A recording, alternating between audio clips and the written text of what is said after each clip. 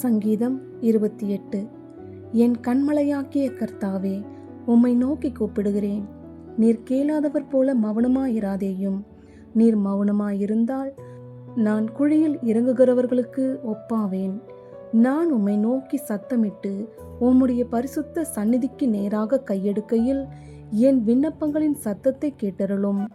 அயலானுக்கு சமாதான வாழ்த்துதலை சொல்லியும் தங்கள் இருதயங்களில் பொல்லாப்பை வைத்திருக்கிற துன்மார்க்கரோடும் அக்கிரமக்காரரோடும் என்னை வாரிக்கொள்ளாதேயும். அவர்களுடைய கிரியைகளுக்கும் அவர்களுடைய நடத்தைகளின் பொல்லாங்குக்கும் தக்கதாக அவர்களுக்கு செய்யும். அவர்கள் கைகளின் செய்கைக்கு தக்கதாக அவர்களுக்கு அழியும். அவர்களுக்கு சரிக்கு சரிக்கட்டும். அவர்கள் கர்த்தருடைய செய்கைகளையும் அவர் கரத்தின் கிரியைகளையும் கவனியாதபடியால் அவர்களை இடித்து போடுவார். அவர்களை கட்ட மாட்டார். கர்த்தருக்கு ஸ்தோத்திரம். அவர் என் விண்ணப்பங்களின் சத்தத்தை கேட்டார்.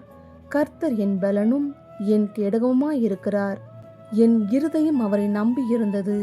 நான் சகாயம் பெற்றேன். ஆகையால் என் இருதயம் களி கூறுகிறது. என் பாட்டினால் அவரை துதிப்பேன். கர்த்தர் அவர்களுடைய பலன். அவரே தாம் அபிஷேகம் பண்ணினவனுக்கு அரணான அடைக்கலமானவர்.